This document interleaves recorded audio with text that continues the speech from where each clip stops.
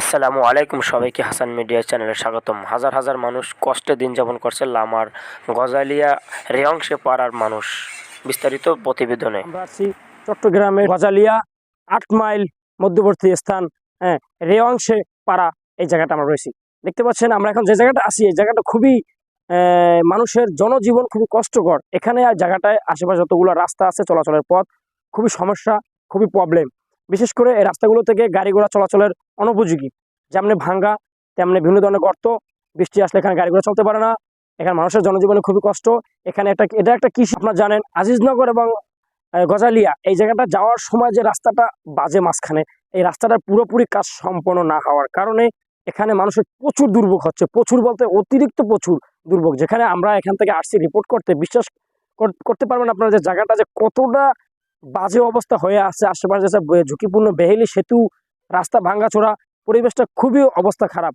তারপরও আমরা আসছি আপনাদের দেখানোর জন্য। আমরা বর্তমান যে জায়গাটা আছি এটা হচ্ছে 8 মাইল পাড়ি দিয়ে আমরা 9 মাইল এবং 8 মাইলের মধ্যবর্তী একটা স্থানে রয়েছি, রেওয়াংশে পাড়া। আমরা যে জায়গাটা আছে আপনারা অবশ্যই অবগত আছেন। আমি আরেকবার যদি বলতে চাই, এটা হচ্ছে লামা থেকে আজিজনগর এবং গজালিয়ার মধ্যবর্তী স্থান। 8 মাইলের পরেই রেওয়াংশে গাবগুলি পাড়া। বিশেষ করে এখানে এই জায়গাটা বেশিরভাগ কৃষি প্রধান একটা জায়গা, এলাকা। আশেপাশে দেখেন প্রচুর পরিমাণে এখানে ধান খাত যে রোপণ করা হয়েছে। এখানে দেখতে পাচ্ছেন আপনারা প্রচুর পরিমাণে এখানে ধানের আবাদ হচ্ছে।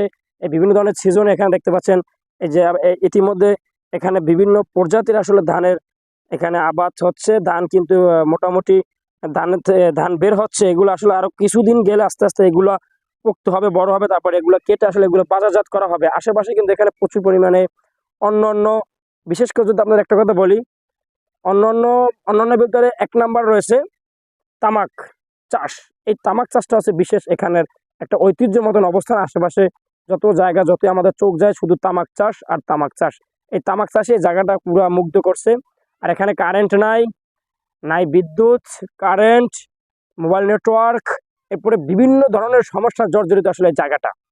সব মিলিয়ে আসলে যারা এখানে কাজ করে তারা অনেক জনজীবন খুবই দুর্ভোগ পোহাতে হয়। তারপরে তারা যে সবজি চাষ করে, বিভিন্ন ধরনের ফলমূল দিয়ে চাষ করে, এগুলোতে তারা যে বাজারজাত করবে তাও রাস্তার কারণে তাদের অনেকটা দুর্ভোগ হয়ে যায়। এটা হচ্ছে এই রেওয়াংশে গাবগুলি পাড়ার সর্বশেষ খবর। সবাইকে অসংখ্য ধন্যবাদ। দেখাবো নতুন কোনো ভিডিও নিয়ে। মোহাম্মদ হাসান কাজী, রেওয়াংশে পাড়া, তরুণ বাংলা নিউজ।